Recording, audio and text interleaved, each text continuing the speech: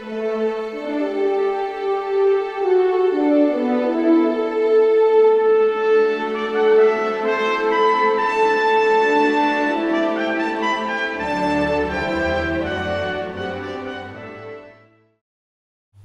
back to the show, known throughout the universe as Trekyards, everyone. I'm Captain Foley. And I'm Commander Cookins, and I have it on a good authority, Captain, that it's even known as Trekyards in the Mirror Universe as well. I mean, they threw around the idea of calling it Yard Treks, but that didn't work out so well. And the guy that came up with it was a red shirt, and he was done away with pretty damn quick. As he should be. That's awful. Anyway, nice to see you again, Commander. And that goes for all of you out there as well. I see Billy and Peter and Thomas and Jay. And if you grew up watching Ontario television children's programs, you would get that Romper Room reference. But anyways, on to today's show. Yes, indeed, and today should prove quite interesting as we'll be looking at the Klingon D7 and the Ktinga battle cruisers and comparing the two and see just how similar or dissimilar they are. This would be kind of like comparing a Granny Smith apple to a Red Delicious apple, same fruit. There are still a lot of differences.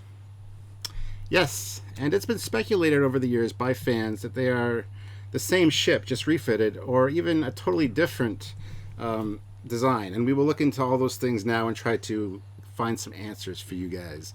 But please keep in mind that this is not a full episode on the histories and details of each ship. Those will be done later for each ship in the future, yes, on a future Trekyards Saturday release. This is a quick rundown of some facts and figures, comparing the ships, and a discussion between Samuel and myself. And later, of course, we have Rob Bonchune, who's a huge fan of the ship and someone with a great deal of knowledge behind the scenes for both versions of this iconic starship design. He'll be joining us a little bit later as well. And he can talk quite extensively on the differences between both the physical and CG models that they've used over the years. So he'll be a great help to us at that point. I mean, he worked on the show for like 10 years. He's going to know stuff we just don't know. But let's get started with the D7 as seen in the original series. The true backbone of the Klingon fleet, which is listed as a battlecruiser scout ship. With a Class 7 and Class 8 variation. She measures in at a length of 228 metres, width of 160 metres, and height of 60 metres, and a crew complement of between 430 to 440 personnel. Apparently this ship was rushed into service in the early 2250s and served for more than 100 years. Okay, so the Ktinga, as first seen in Star Trek The Motion Picture, has a length of 214.3 meters, width of 152 meters, and a height of 57 meters, with a standard crew of 392 to 400 personnel. She is classed as a battle cruiser without the scout ship designation and entered service in the 2270s, about 20 years after the first D7s showed up, according to Memory Alpha anyway. However, speculation abounds that they have been around since the late TOS era as well. But there is some evidence that the first time these ships were actually seen by the Federation was by the Epsilon 9 research station, as 3 of them got destroyed by the Voyager cloud.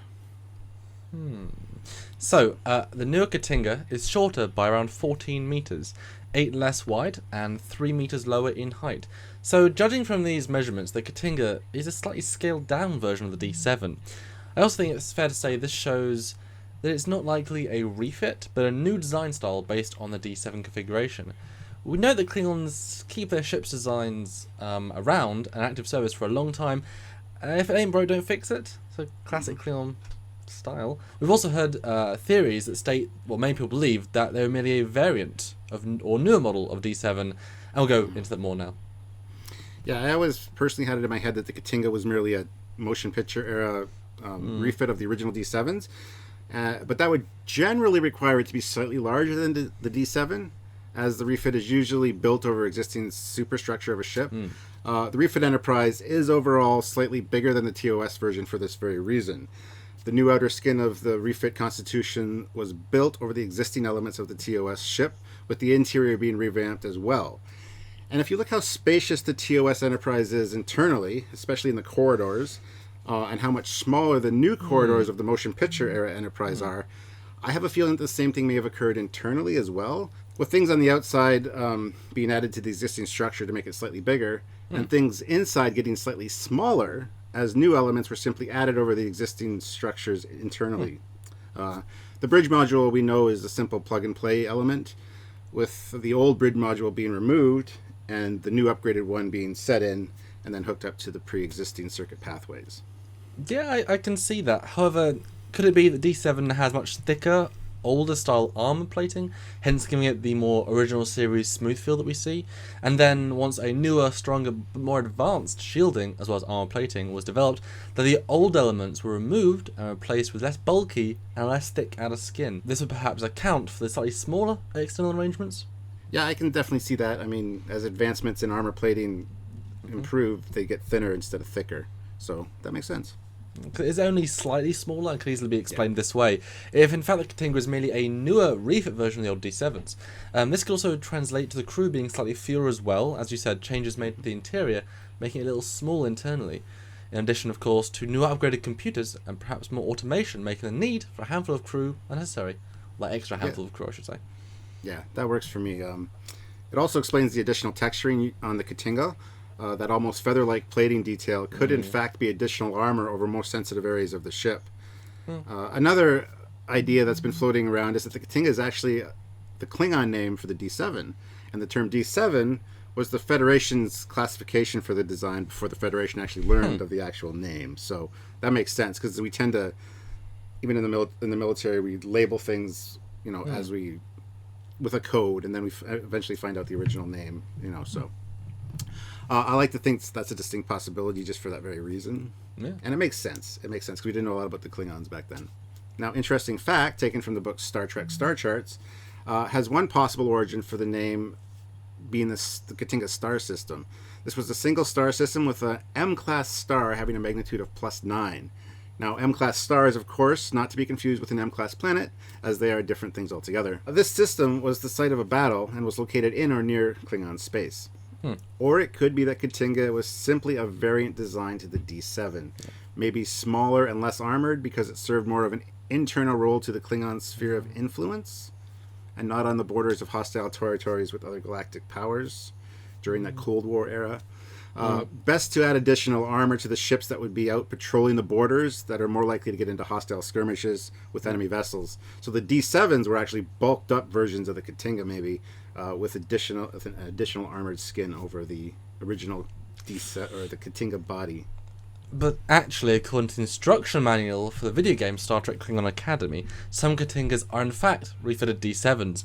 It also details how this new design was cast into doubt within the Empire following the loss of the 3 ships during the Voyager incident, hinting that design was relatively new at the time. It was only after the details of Voyager's immense power came to light after the Federation's information it became known at the time. This view was reconsidered and the ship was once again seen in a favourable light by the Empire. The most notable physical changes are the increased paneling throughout the ship. This gives the whole ship a more armored feel, and that is likely what it is, a new type of armor plating that increases the overall defensive capabilities of the ship dramatically. Another difference is the D7's warp nacelles are armoured with no visible warp grilling. This is also true for the motion picture Ktinga, but for Star Trek 6 we are introduced to a refit of the Ktinga, the Chancellor's ship, which has glowing warp grills. This was the design style that became the standard as you saw in DS9 with all the Ktingas still in active service. Another upgrade was the addition of an aft torpedo launcher on the Ktinga compared to the D7. This, combined with other weapon enhancements, made the Ktinga far more powerful than the older D7s.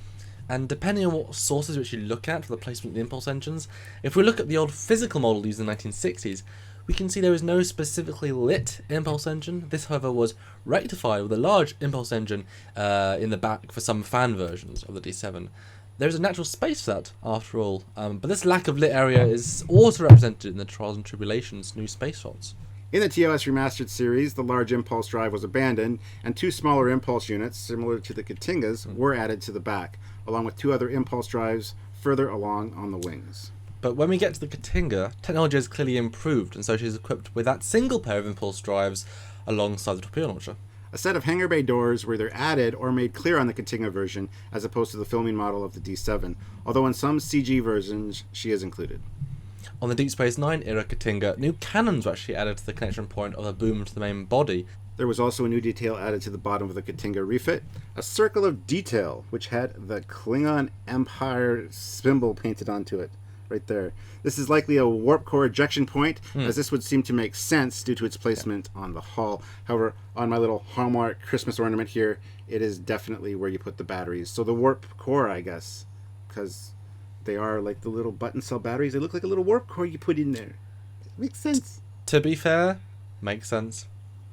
It does. And finally, again for the Kronos 1 refit, new antennas were added to the sensor dome, and in fact the Klingon insignia just mentioned on the bottom of the hull was not there. This must have been added sometime before the TNG era for that refit. These, of course, are all in-universe reasons for the difference in design for this vessel, as we like to do here on Trekyards. But in reality, it is simply a case of, when going to the big screen for the motion picture, a much more detailed model was required than the more simplistic one made for the 1960s small screen TVs. When writing the DS9 episode Trials and Tribulations, a D7 was called for and given the higher detail of physical models compared to the original model that was made. The decision was to make a hybrid of sorts to show what the production team thought she would have looked like if they had the budget back then. It still remains a D7 in terms of details compared to later Ktingas, but more subtle panel lines were added onto the hull, closer to its motion picture appearance. This version did not have a forward torpedo launcher, but in fact kept true to Matt Jeffrey's idea. That space was the main deflector, and as such there is still an antenna in this space. Make that as you will, but it is on the model. Yeah, and that makes sense to me because it's supposed to be a deflector. Originally it was. You can see on the little Franklin Mint one here, there is an antenna in there. But yeah, they changed it to the whole forward-firing torpedo launcher, which is very cool. And makes sense in a way, but I still think that it's supposed to be some kind of deflector system. I mean, but I think they added that with the bands above on the Ktinga, so they did kind of take that into consideration. And to be fair, the reason it was then changed is that no one really saw, because the detail for 960's model, you couldn't even see what was in there, let alone that there was anything. And to be fair, there could have just been two variants, one with a deflector package, one with a torpedo package, but the torpedo package was the primary warship that we saw. Who knows? Very interesting, yeah.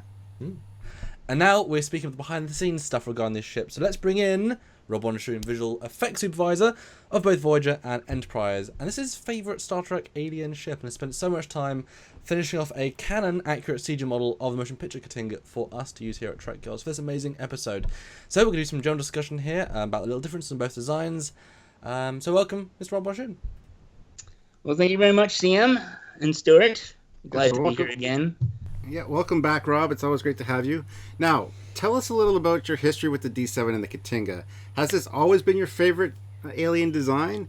And how did you feel first seeing this on screen as a kid, and then being able to model it in CG all these years later? Honestly, I can't remember like the first time I saw it. Like I remember one friend just summing up and saying, I'd almost say that the Klingon ship is a more unique design than the Enterprise. The Enterprise still had a saucer in it. You know the whole idea of getting rid of the saucers and all that stuff. Yeah. There's nothing about the Klingon warship it looks like it also, the whole shape of it is predatory, especially from the front. The way the engines hang down, and in the original series, the disruptors would come off the front of the warp engine units. It was like the perfect Klingon ship. It was just so aggressive looking. And it looked like a scary ship. Okay, so now before we go into the real differences between these two ships, I've got to ask you, Rob, do you feel that Ktinga is merely a refit of the D7? Is that much more likely to you in your mind? I would look at the Ktinga as a refit, a major refit, but a refit nonetheless, because all the proportions and the shapes are almost identical. The Ktinga is slightly smaller than the D7, though. Yes.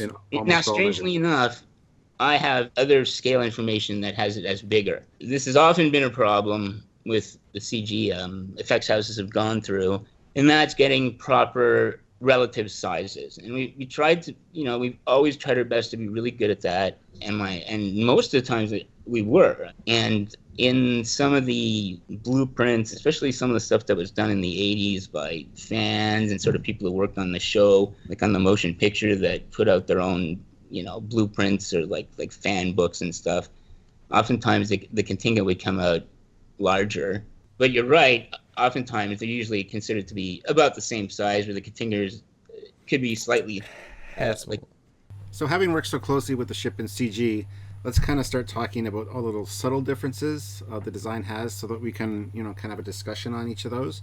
So Rob, let's start with what in your mind are the most notable differences? Well, the most obvious is the amount of small detail, little little Nernies and Greeblies. And if you look at the original shooting model from the 60s, it is smooth as a baby's bottom. I mean, it's got two colors. There's discussions back and forth as to how exactly those two colors were laid out, but it was basically a gray and a green gray, a two-tone color job. I mean, it did not have a lighting kit in it. It's not like if the camera would have been sharper, you would have had more to see. It was actually to the benefit of that they had all that grain and all that, all those multiple composition passes, because it made it look like there was more hidden detail on the ship than there actually was, and all the ships really. And that's why for the motion picture, they when they pulled they went to the Smithsonian, because they had given the Smithsonian the 11-foot Enterprise and the Klingon ship. But when they came and they said they're going to do the movie, well, at first it was going to be a second TV series called Star Trek Phase 2. So they went and got it, and they said, well,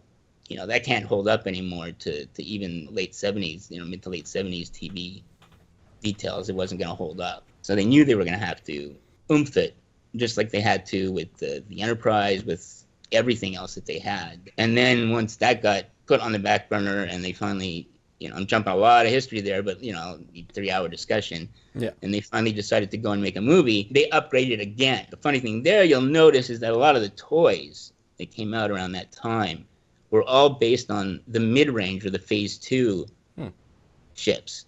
Oh, really? You might not be able to tell at a glance, but if you put the Ktinga and the Phase 2 side by side, they're close. The back ends are, towards the back, the detail is very, very similar-ish. When you get close to the nose, it's very barren. But then when you look at the one in the film, it's not barren. It's got little things all around it and everything. It's smooth on the one that they were going to use for the TV show. Well, talk to us about the subtle details then. What are the other... You talk about the paneling, but what else are the changes between the original 1960 D, or at least the design of the D7 to the Ktinga? Kronos 1 is the only one where they did add that warp lighting to it, which I was a little disappointed about that. I wish they would have left that alone. One thing that a lot of people didn't realize too is, because I was going to talk about colors, that Kronos 1, they filmed that miniature very well, and they added a lot of brass etchings to it, because it's the flagship. It's the ship where the leader of the Klingon Empire, it's his flagship. That's what he flies aboard, and because of that, it has all this like royalty stuff, which is why you see a lot of purple reds in it. They repainted it mostly with variations of gray. The original gray-green that was from the Star Trek motion picture was, there's virtually nothing left. If you look, you can find a few spots, but nothing that pops out at you or anything. It's gray, red, brass, few other, and the engine changes that they had to do to get the lighting effect to come out. Strangely enough, I have a bunch of color-corrected stills showing you what the changes are. But, when I went to see the movie, and correct me if I'm wrong, you guys tell me what you thought when you went to see them, or when you saw the movie the first time, obviously. The motion picture. Every time I saw it, whether in a theater or it was on TV or whatever, to me it looked gray, like a silvery gray, almost metallic gray in some shots. In some angles, it looked like it had a metallic sheen to it, even not just gray, but a metallic sheen. But then when you see the color-corrected shots and you see the actual like real colors of the model, it's not that there's no gray, but there is no true gray color. It's all variations of green, amazingly enough. Oh, wow, really? For years and years and years, we're so used to seeing the gray one that when you finally see that it was green, you're like, what? Does that make the ship in the canon, obviously we see it later on, and when it goes to CG, it stays as the grey, but does that mean that really, in the continuity of the show or the movies, it should be a grey as we saw it, or it should be a green? Because if we saw it as a grey, does that not make it canon? Or That's interesting, because I'd like to think of them as grey, basically because, I thought, well, I can't really say green was reserved for the Romulans, because in TOS, the Romulan ship was not green. It was a white-ish. Yeah, so I kind of like the gray look, but even this one, my Hallmark ornament, it is a green color. I don't have a problem with it being a green color. I really don't. I think that suits the Klingons, as long as it's a dark green, because we see green Klingon ships in TNG after all. So, But think about this too. When they were doing it, what did they have to go on? They had to go on what the original Romulan bird of prey looked like from the original series, right? And they had to go on what the original Klingon ship looked like in the original series. Well, again, the same thing. Even though the Klingon ships, when seen, looked gray in the original series in the 60s, they weren't. They were two different shades of green. There was no pure gray anywhere on that ship. Yet on screen, it came out looking like two shades of gray. Why would they make it such a subtle green that it wouldn't translate well to the new color TVs of the 1960s? You think if they wanted it to be a green ship, it would have been a more poppy, obvious green. You know what I mean? Maybe they were going for a gray look, but that color translated best to the TV screens of the time. So it was supposed to be gray as far as your eye sees it. Do you know what I'm trying to say? Yep. I guess we need to talk to somebody on the original film, the motion picture, the model makers. You know, you're the guy that did the Eagle Moss D7 version, and you talked to me earlier about how there's no detail. So how did you then work about trying to make a good-looking D7 model for the mass of Eagle Moss fans to enjoy? Because it wouldn't stand up nowadays. But what did you do to make it 21st century? Since there was no the physical detail is just definitely not there. There's no way to cheat that. I mean, if you look at the old clips or whatever, there's no, physical detail in terms of, plating. There is no multiple levels of plating like all over the ship or whatever. So what I tried to do is a little bit of what Greg Jean and Gary Hutzel did in their episode Trial and Tribulations, which is instead of making these leveled subsections, they just sort of drew in with a pencil and, I think they etched in actually, like the outline of some of the more basic shapes. You only really see it from the top in the show, but they actually did do the bottom. I have some nice pictures of the bottom and even up to the nose and everything, and the bulb, the bulb of the nose.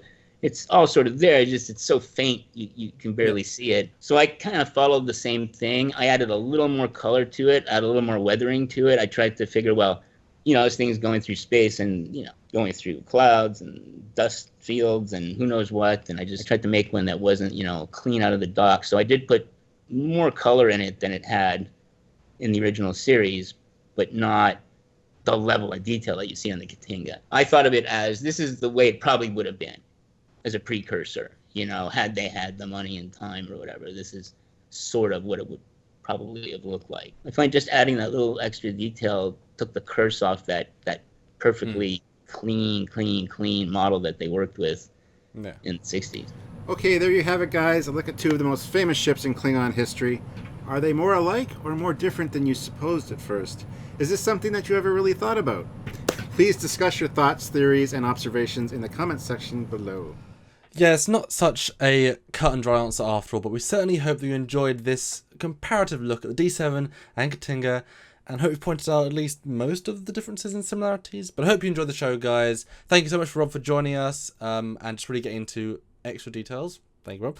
It's certainly worth a rather lengthy conversation we do later down the line, and like I said, want to thank you for joining us for it. Thank you, and thank you, Stuart. Until next time. All right, well, thank you, Rob. So until next time, guys, click those like and subscribe buttons, and don't forget to check us out on Patreon or on Trekyards.com to help with future episodes. Again, thanks for joining us, and until next time, this is Team Trekyards signing off. Bye, everybody. Bye.